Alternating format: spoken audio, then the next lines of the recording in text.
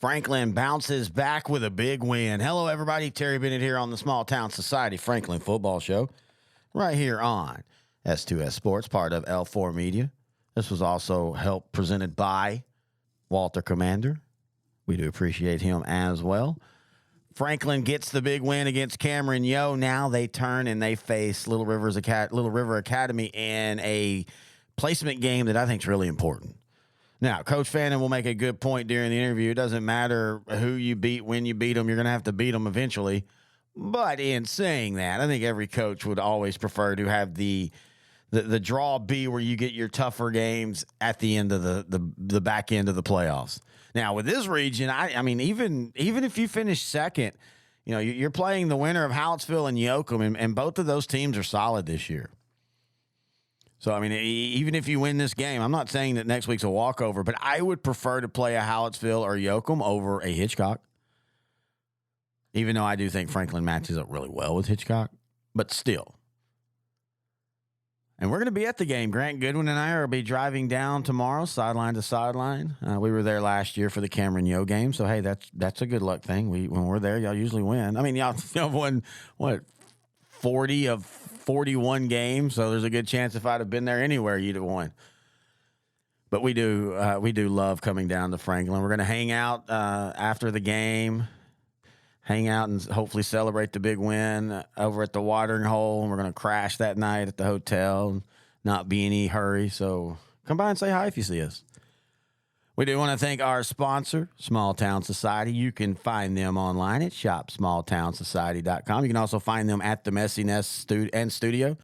It's fall season, and Small Town Society has great fall and holiday gear. They also have great football gear, hats and accessories, holiday stuff, not just the fall, all the holidays. But right now, it's, you know, you still can get some Thanksgiving, Christmas stuff, get some state stuff. They have great sales. They have it all there. And also, by the way, if you use the discount code free shipping, you get free shipping. Isn't that amazing how that works on all retail orders? And we really, really do appreciate them not only being a sponsor of this show, but also being part of the Sideline to Sideline sponsorship. We love talking our state 4A, 3A, and 2A, and we love promoting these small local businesses like Small Town Society and Messy Nest. You know, they've got some free advertising from us, and we don't mind that at all.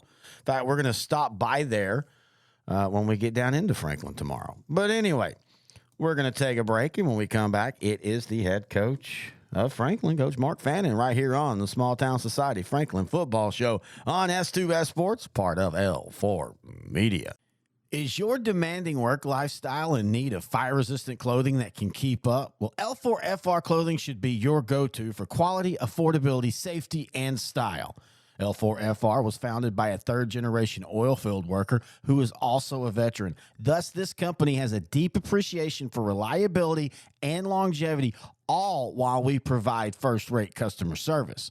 Our durable apparel will serve you well for many years to come, whether you're working on a pipeline, a lineman climbing utility poles, or in any other environment requiring fire-resistant apparel. L4FR has you covered. Our apparel is tough enough to resist hazardous conditions while still providing high comfort and style.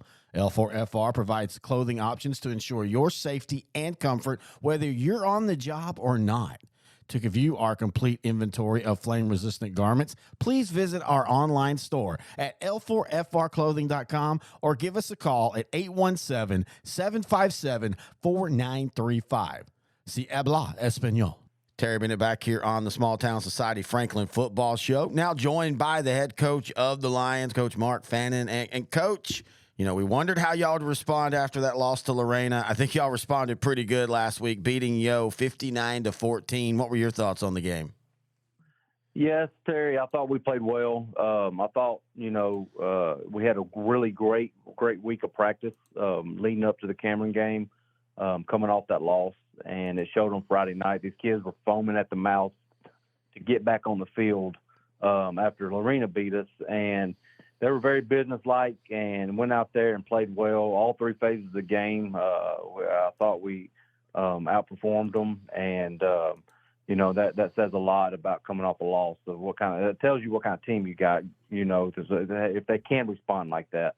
My message to them was don't go out there and try to overdo things, because you're so amped up and you're so fired up to get on the field. And my message to them was just go out there, do your job, and trust the guy beside you. They're going to do their job, and we're going to be okay. And they did that all night long. We were getting lined up right. We were making the tackles when we needed to make the tackles, and everybody was, everybody's in the right spot at the right time. So they went out there and executed well, and that was very comforting to see as a coach moving forward into the season. Well, especially your defense. I know they've struggled this year, but they still have a dynamic offense, and you held them to 14 points. And let's go back to that Rockdale game. Y'all won that game, but you were angry, and you even talked about it. It was going to be physical practices. You were going to recommit some things. But then when y'all lose to Lorena, your message was a little different. It was more about, okay, we've got this over. There's no reason to be mad about it now. Let's improve on it. That's that psychology of a team that, man, people don't understand how tough that is to read a team and how you respond as a coach. Yeah, it is. And, the Rockdale game was just so frustrating because, we the penalties and turnovers, and it was just one of those things that, we continue to do week in and week out, and we weren't getting really better at the things that we needed to get better at. And it was just kind of frustrating that week. And after Rockdale, now Rockdale's a pretty good team. I'm not taking anything away from those guys because they're playing pretty good football right now. But it was just frustrating with everything piling up and not getting better at it. But after the Lorena loss, I think I told y'all last week, if we would have won that game, the emphasis on things that we really need to work on to get better at wouldn't have been so important to these kids this week.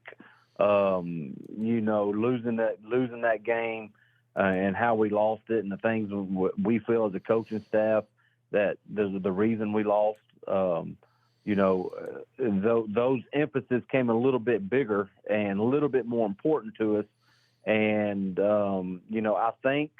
We might be a better football team because of the loss, because we're emphasizing, and these kids know that if they don't take it serious and make it important to them, the things we need to work on, they can be beat. So it's been fun to watch how these kids reacted to that loss, and it's been pretty special watching.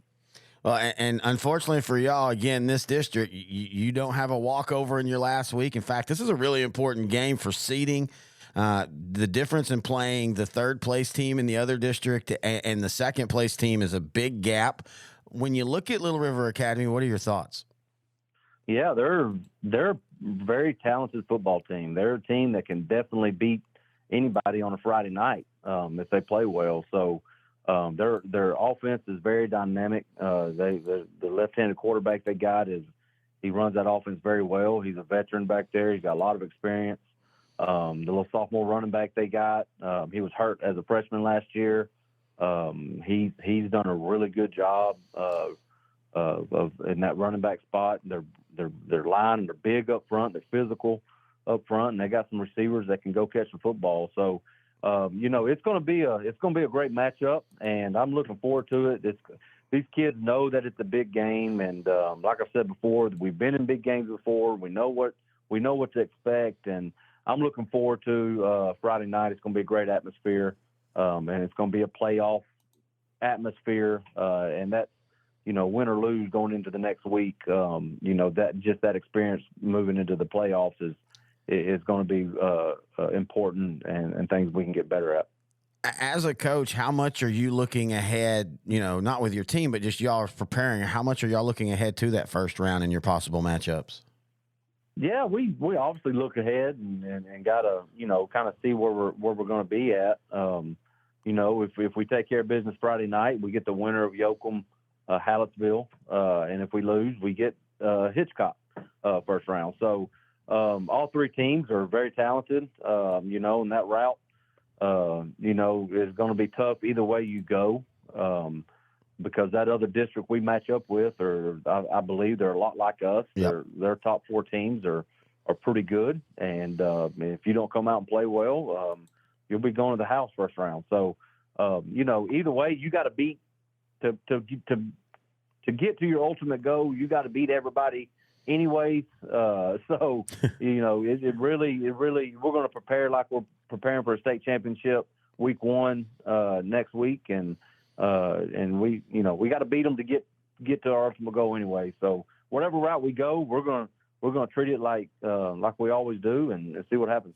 Here at L4 Media, we talk high school football, 4A, 3A, and 2A in Texas. We talk East Texas sports. We talk NFL, guy talk, movie and booze. We also talk wrestling and so much more. And you can see it all on our YouTube channel at L4 Media Company. Like and subscribe. As always, we want to thank Coach Fannin for joining us here on the Small Town Society Franklin Football Show. I mean, in a way, it feels like the playoffs start this week. I mean, not, if you lose, you're not out, but seeding is so important, especially in this region.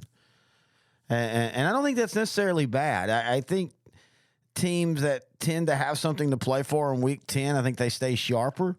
Now, I don't know what that means as far as record, because usually a team having a lot to play for, like win and go home, usually means they're probably third or fourth. But still, I just feel I would feel more comfortable when you've played a game on week 10 or week 11, I should say. I keep saying week 10 because it's 10 games, but week 11. I feel like you still kind of want to have something to play for so that you can keep your guys sharp. Now, you don't want to get hurt, of course, but keep your guys sharp enough to where there's not a lot of rust. And we know that this district was going to be like this all year anyway. And it's just this region. And it's going to be a fun first 3 rounds of the playoffs. I have a feeling Grant and I might be living in this region this time. It's going to be tough not to look. I mean, you're going to have 2-3 games a week the first couple weeks that are just going to be bangers. As always, you can email us, Terry@S2SSport.com, if you have any questions for this show, or Grant and Terry at S2SSport.com if you have any questions for the Sideline to Sideline 3A show, which we record each and every Tuesday. You can listen on audio on all podcast platforms or at S2SGrantandTerry.com, or you can watch us on YouTube at L4 Media Company. All right. This is the last one of the regular season. We'll see you down there Friday night. Can't wait to meet some of y'all. We had a great time the last time we were there meeting some of y'all fans, and we want to meet some more Franklin folks. And then when we meet back next week, it's time to talk playoffs right here on the Small Town Society Franklin Football Show on S2S Sports, part of L4 Media.